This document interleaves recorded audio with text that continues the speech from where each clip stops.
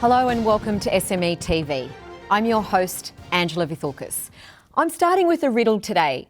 It's a who am I? Not me, it's all about our guest. Okay, here we go. I look after everyone from accountants to zoologists, from solopreneurs to multinationals.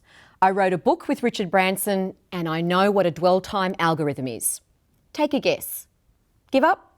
Well, keep watching this episode of Let's Talk News to find out. And remember to subscribe to our YouTube channel to support us and all SMEs. And we encourage you to comment. Jump in right now, down below, tell us what you think, but more importantly, please share SME TV.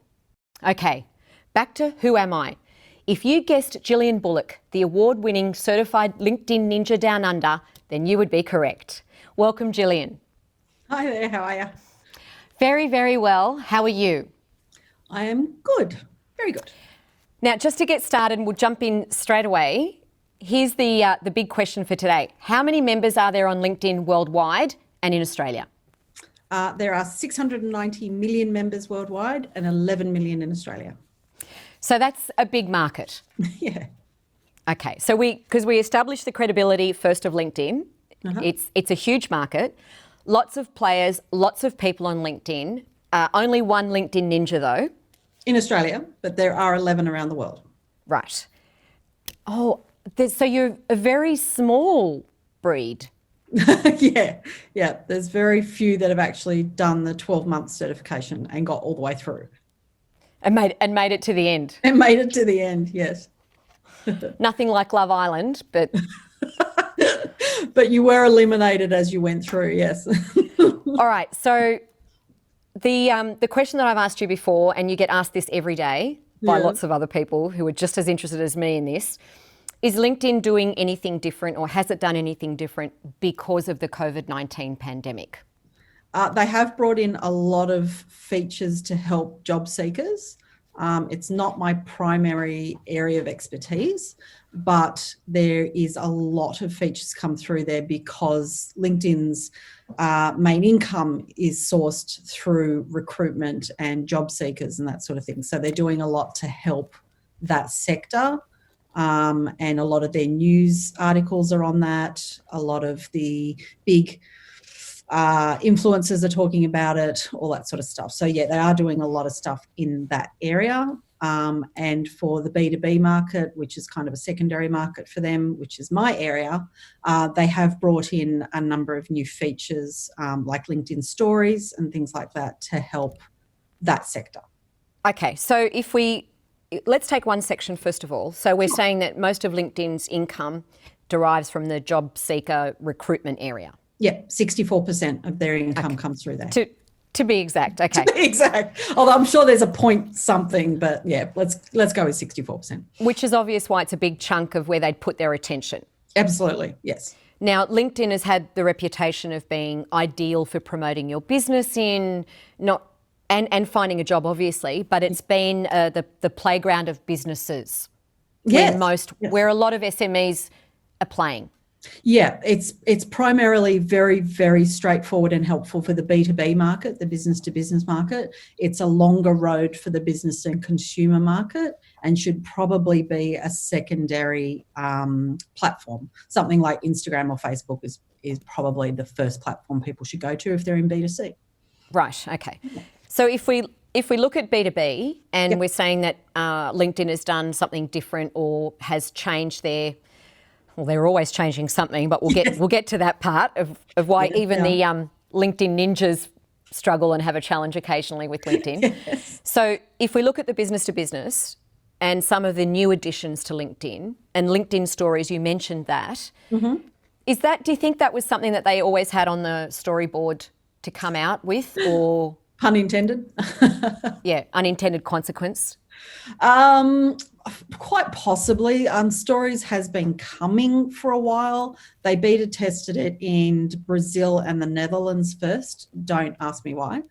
No idea. And then they went to the UAE, and Australia was the fourth country to get it, and France got it last week. So they're the fifth. Is it the same as stories elsewhere? No, well, look, it's not really, no. So one of their big things was they launched it with 15 people in Australia. So they are different LinkedIn trainers that they feel are experts in their field and have never really, tried to promote people to do the wrong terms and conditions and do bad practices. So, and they also believed that those 15 people would be able to help spread the word properly. And they gave us a 45-minute briefing on what the point of difference is. So excellent. Well, what is the point of difference? Well, the main point of difference is the professional side of it. They were very, very clear with discouraging people from doing personal stuff and oversharing. My baby just did another poo and I've changed the nappy. Let's put that on LinkedIn stories. Yeah, and here's what I ate for lunch and all that sort of thing. So, so they gave you sort of about 8 points of what suggestions you could do. So it was more like if you are having lunch with somebody, talk about the people you are with and the business that you're doing as in a kind of a behind the scenes meeting, business meeting, rather than look at my, pre-masticated food or post. Yeah, that sort of thing. I mean, unless you're in catering. So can you see the LinkedIn stories on the desktop or only on the mobile app? No, it is coming on desktop. It will still not be able to, you won't be able to edit or add your story ever on desktop, but you should be able to see them on desktop at one point in time. But so it's an app directed part of LinkedIn. Yeah, yep, exactly. That's interesting. And I mean, that's the same as Instagram, isn't it? I'm pretty sure Instagram stories are still there, whereas Facebook stories are on desktop as well. But I think that's where it's a little bit confusing. But it's obviously with everybody using their devices or their mobile devices more and more, and less about the desktop, it makes sense that they would build something that was specifically geared around the mobile application of it. I think people have just got to check in with it, though, with where their expectations are, because it's very, very new. And the briefing, there was 150 questions from the different LinkedIn trainers going, can you archive your stories? And can you, is the hashtag actually clickable and robust enough to do searches of stories on hashtags? And that basically their answers were no, that'd be great, but no. So the team of engineers that are building it and the product managers that are releasing it are very aware of how good they are on some of the other platforms that have had it for years. Right. And they're going, just be patient with us. We're just even testing for glitches and stuff at this point in time. So it's very, very basic right now. But even if I put a story out, connections I have in America can't see it because they can't even, they don't even have it in that country to even look at it. So it's very, very basic at this point in time. When do they have an estimate of when it'll be worldwide available? No, they're very mum's the word on that one. Okay, well, we'll just keep asking you. Yeah, thanks. Tell me about the dwell time algorithm. Yep, this is one of my favourites for years, absolutely years. So one of the things that, you may have even come across this, Angela, is that, when you go to a networking event or you have somebody catch up with you or you get this random call from a third connection and they go, I've been following you for ages. And you think to yourself, I've never seen you like a post. I've never seen you make a comment. I've never seen you do anything. And we want to know who those people are. And the dwell time algorithm is actually taking into account those people that look and don't do what's called a hard signal. So they've never liked it, they've never commented, they've never shared, but they pause and consume it. And so the algorithm is actually able to assess how long people are pausing on things. So then what? Well, they will show them more of your content again if they pause on it. Oh, okay, right. Yeah. So if they are consuming your content, they're not liking, they're not commenting, they're not sharing, but they're consuming it, then they will get to see more and more of it. Yes, because that is letting LinkedIn know that they want to see it. They're just too shy or something.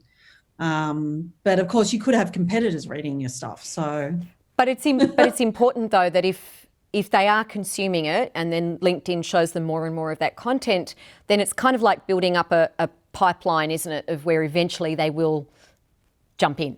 Yeah, that's the hope, right? Hopefully they will have the confidence to actually reach out and make that connection further down the track. But I think the other thing that's really clever about this particular algorithm is that LinkedIn have been fighting bots and pods for years. And this, to me, is something that's combating both of those problems, because a lot of it's combating the pods and the bots. Yeah. Because if you look at a lot of pods, for example, are having bunches of strangers all put in the same sort of thing, and they're mindlessly doing comments like, nice work, well done, bleh, and a lot of them aren't even reading what the post is about. They're just mindlessly clicking on a like or a reaction, as they're called now. So there's part of the algorithm is called click bouncers, and LinkedIn's basically saying that, okay, somebody's gone to that post, they have clearly not spent enough time reading it, and then they've bounced out. So when you think about bots, for example, that come through and automatically click on a like or do an auto comment of well done, congrats, nice work, then that comes in, does that really quickly, and then bounces. So now, because they've clearly not dwelled on it, and hence the algorithm name, that's not counting. So it's like, awesome. So what you're saying is that I read or I consume a post, and I won't comment until I've consumed. Most people I try don't. to make my comments unique and relevant to the post. Yep. So therefore, I won't get the click bounce. I will be someone who will be continued to show that content from that person because I've been genuine about my engagement. Yes. I mean, a post with, if it's gone all the way up to the 1,300 characters, will take, I don't know what exact amount of time, but it might take 45 seconds or something to read that post on average. I'm sure the algorithm has calculated how long it's taken on average for a full post to be consumed. So when they're bots and they're coming in and just automatically giving a like, that's milliseconds. So if they can't find every single person downloading all these bots, because there's about 98 at last I checked on the banned list, they can't find every single person that has that. They will eventually, but, we could be decade down the track by that stage. And just jumping on that before we go to company pages, you mentioned that if your post is the full length of the 1,300, is there an issue there with a short post or a long post, as in, what if you only did 500 as opposed to 1,300? Yeah, I think they would probably, if they can get this clever of calculating somebody's read time, I'm sure that they would go, okay, so if it's 500 characters, it'll only take 32 seconds to read on average. Right. So I think you're not jeopardising the consumption by having a short post. Because there are some people I've seen, they've put a post out there, it's a picture of something and it's got 3 lines. Yeah, but you're not jeopardising. Well, when you look at those posts, I don't know if you've sort of seen a pattern with that, but quite often when you look at those ones that are like an absolute quote, it's like four words of the Dalai Lama and that's it, right? And you're looking at it going, how did they get 428 reactions on this and 72 comments? And the easy answer to that is there's nothing in it to have signaled to LinkedIn that that's actually good content, that it's actually who should receive it. So that person 100% guaranteed is in a very large pod or pods, no doubt. Because they can't. You're not bursting my bubble, but you are making me have less LinkedIn envy of some people than others. Oh, good. There's nothing like a reality check on stuff, because we just sit there sometimes and just go, how on earth did that piece of content go out and get that kind of reactions? And you exactly. Go, well, they're in a pod. And you have LinkedIn envy. I look at these posts and I go, but I've put so much work into my content and my post and, making sure I've got the right hashtags and making sure that I'm engaging and making sure that every line is valuable and relevant. And then you get someone with 3 lines and it's nothing. Yep. But they also just knocked it out. But my question also is, let's just say that they're getting all this engagement through pods and so forth. What is their ROI on all that content? because it's at the end of the day, it's simply vanity metrics. They're getting 10,000 views, 20,000 views, 30,000 views on a post. Yep. But is that actually translating into people buying their stuff? Probably not. Well, if they keep quoting the Dalai Lama, probably not. So let's look at what the LinkedIn Ninja would say, because Dalai Lama's not got the expertise of what you have. Company pages. There's been some changes to that. That's always been a very fine line there, right? Do you have a business or a company page, or is it your personal profile? What works better on LinkedIn? Yeah, look, I mean, if you don't get the one that's associated with your business, as in claim it, yes, it's first in, first served. So somebody else will. And sometimes they're from, Russia, Uzbekistan, wherever, but it's first in, first served. So you need to, all of a sudden you need to start adding proprietary limited or something to it to actually get as close to your company as possible. So in the very least, just claim your company page that is pertaining to your company and try and get it before anybody else does with your full name. So that's, sort of just the first point of call. Whether you commit to posting on it or not is another question. Algorithmically wise, it's the algorithms are not as favourable to company pages as they are to personal profiles. Right. So if you have the time to double up, then go for it. Even if you you can double up? Well, I mean, double up as in like it's twice as much content. So, even putting out one post a month on a company page keeps it fresh-ish. Right. If you can do one a week or two a week, then it's, obviously a lot better. But if you're doing 2 or 3 on your own profile, that's a lot of content going out on just one platform. So I hear you on that. We are, as usual, getting close to the very end of the segment, and we haven't even covered half of what I've got written down. But if let's jump to the 3 quick tips that can help your business grow. Because I've got the 3 C's. The 3 C's. So we've got connections is one of them. Now I didn't write it down now. I sent it to you. And connections. Content, conversion. And conversion. Let's expand a little bit on the 3 C's. Okay, so connecting, essentially when you post on LinkedIn, it's only sending it out to between 3 and 5% of your connection base. So I get a lot of clients saying, I've got 700 connections and they're all great. And it's like, well, yeah, that's good. But every time you post, it's only going to 35 people. So there is an argument for, a numbers game, but I look at it and go, as long as the numbers are relevant, for sure. So if you can add a 0 to that and have 7,000 connections instead of 700, then getting in front of 350 people every time you post is a lot better. So it's a percentage of, like, you might have 10,000 connections on LinkedIn. 10,000 people are not going to see your post. No. Absolutely not. Absolutely not. So that's a shame. Yeah. But then again, if you have 10,000 connections, would you want to see every single person's post out of that 10,000? I'd only want to see relevant. And that's what the algorithms on LinkedIn are trying to do. They're trying to give you relevant stuff. So they're actually smart. Yeah, there's a lot of algorithms at the back play. And I love when you hear some dodgy LinkedIn trainer going, oh, the algorithm. And it's like, which one?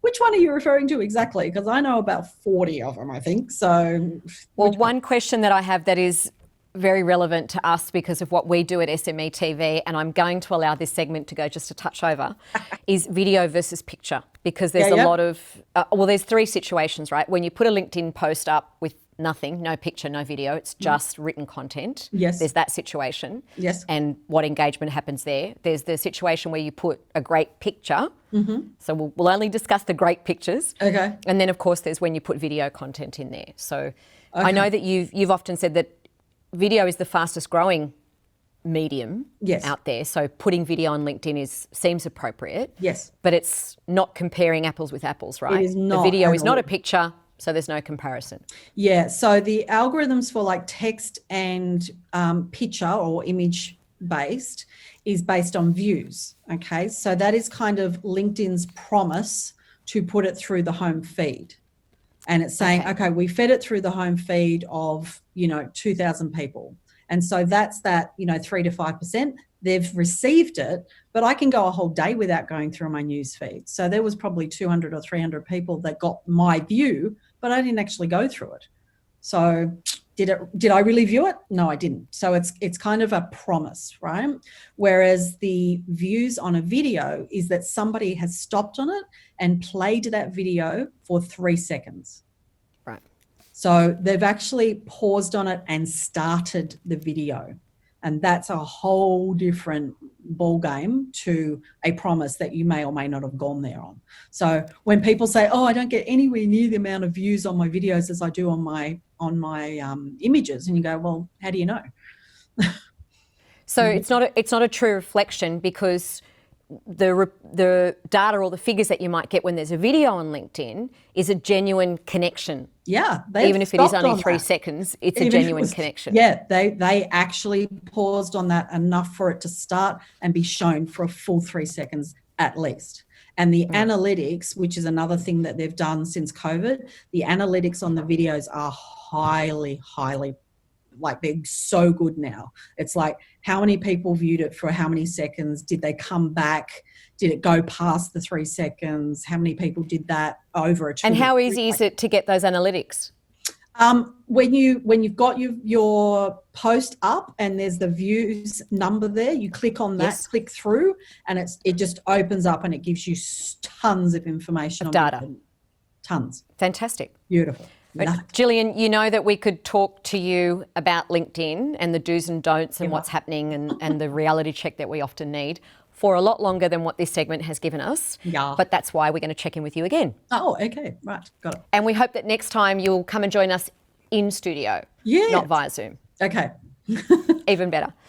Awesome. Thank you so much for joining us today. To everyone out there watching this video on LinkedIn, stay longer than 3 seconds, because if you've come to this part, you have stayed longer than 3 seconds. Thank you very much, but make sure you subscribe to our YouTube channel. Click the alert so you can get the next video into your inbox. Of course, we have to say a huge thank you to the SME Association for backing us all the way and making SME TV possible. If you have any news, content or ideas you'd like to share with us, don't forget news@smea.org.au for anything that you want. And the last but best important thing to say is thank you, Gillian. Catch you next time. No problem. Bye.